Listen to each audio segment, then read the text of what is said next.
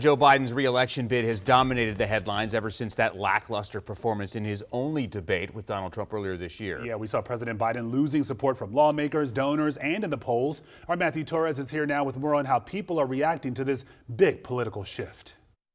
Depending on who you ask, Biden dropping out seemed inevitable. Not only is there a swift reaction to his decision, but now the push to make VP Kamala Harris the next president.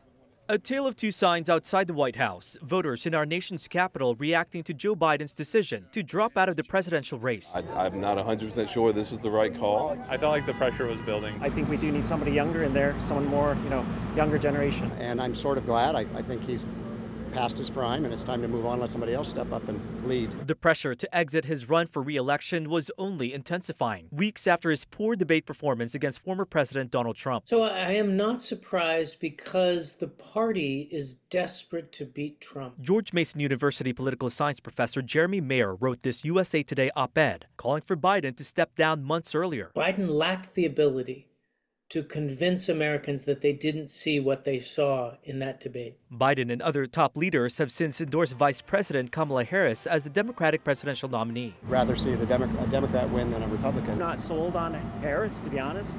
Now, I will probably still vote that way. We have to get around one candidate and work like hell to win this election. Mayer believes she's a better candidate than Biden.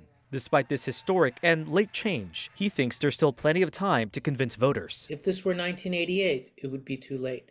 But in today's modern 21st century media environment, where on the internet someone can be unknown and then a week later be famous globally, it is not too late. The American public has months to find out about Kamala Harris.